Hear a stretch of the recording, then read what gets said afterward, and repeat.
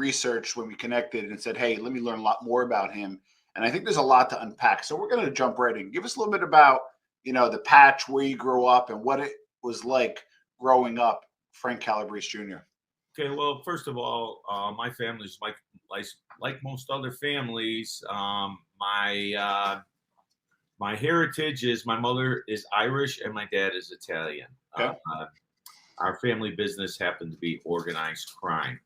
Okay. My dad and my uncle were both made members. My dad was high-ranking in the Chicago mob, or we call it the Chicago outfit. A couple things different in Chicago than New York was there was one family instead of five. And also in Chicago, you weren't supposed to bring your family into this life, your sons. You were supposed to make a better life for them. Over the years with Tony Accardo and Paul Ricca, they tried to go underground more.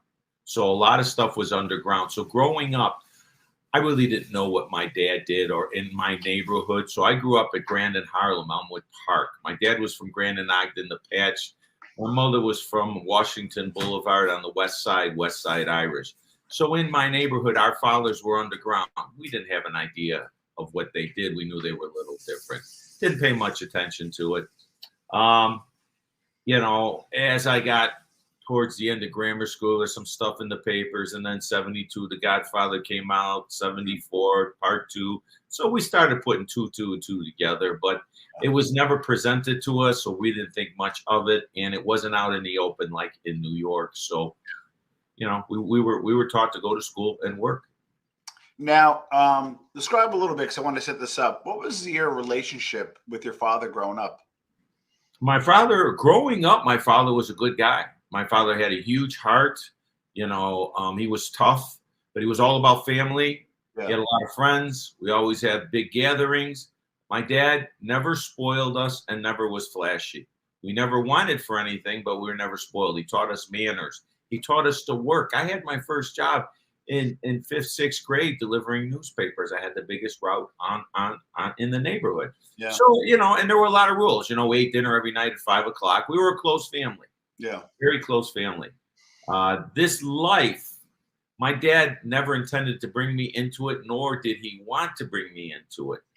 But in high school, he wanted to start teaching me about the street. A few things happened in grammar school that he's seen. He's seen some of him in me. Excuse me. There was an incident where there was a guy that walked up to him, and they were arguing by the side of the house, and this guy was way bigger than my dad. I was concerned because as a kid, you think the biggest guy always wins. And I ran and grabbed the baseball bat. I was coming up from the side, and he caught that. So I think that's one of many things he caught. So in high school, I'm going to teach you about the street. You're going to learn street smart, and you go to school and you learn book smarts. Yeah. Both in life, you'll be successful. And that's what I did.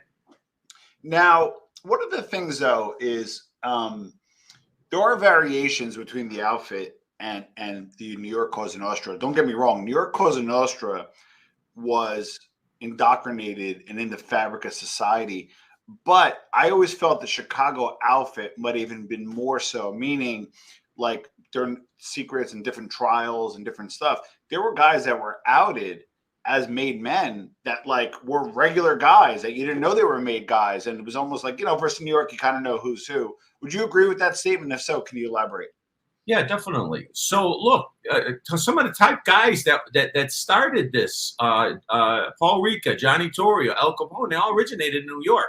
So it was my thought, my mindset was that they were taking the mistakes they made in New York and they were trying to perfect them. Hence, one family to 5, go more underground. You got a new enemy now, the FBI, blend in with your surroundings. Their goal was to make the neighborhood a safe place, and especially in Chicago, make a better life for your families. So yes, definitely. It was very important to go underground. It was very important to blend in with your surroundings. Many a times, they were curbing violence all the time. You couldn't go out and do what you used to do at one time. It had to be cleared through the bosses because, they had the FBI on them now, plus the public. The public, through prohibition, there was a lot of violence. So the public was looking down on them. Yeah. And they had that more business mindset, but never leaving that gangster mindset. A little bit of both. And a little bit, I saw one of your interviews and it made sense. And maybe later it changed, but up until like up until the 2000s, you're to the 2000s, when you had the Colombo War in New York, 2 Colombo Wars, the Castellano hit, and that kind of stuff. There was kind of Pax outfit, meaning like peace in the outfit. For a while, they kind of adopted that less or no violence, and that was part of the reason for their strength. Is that a fair statement? Yeah, they were going more legit. You know, government's getting strong.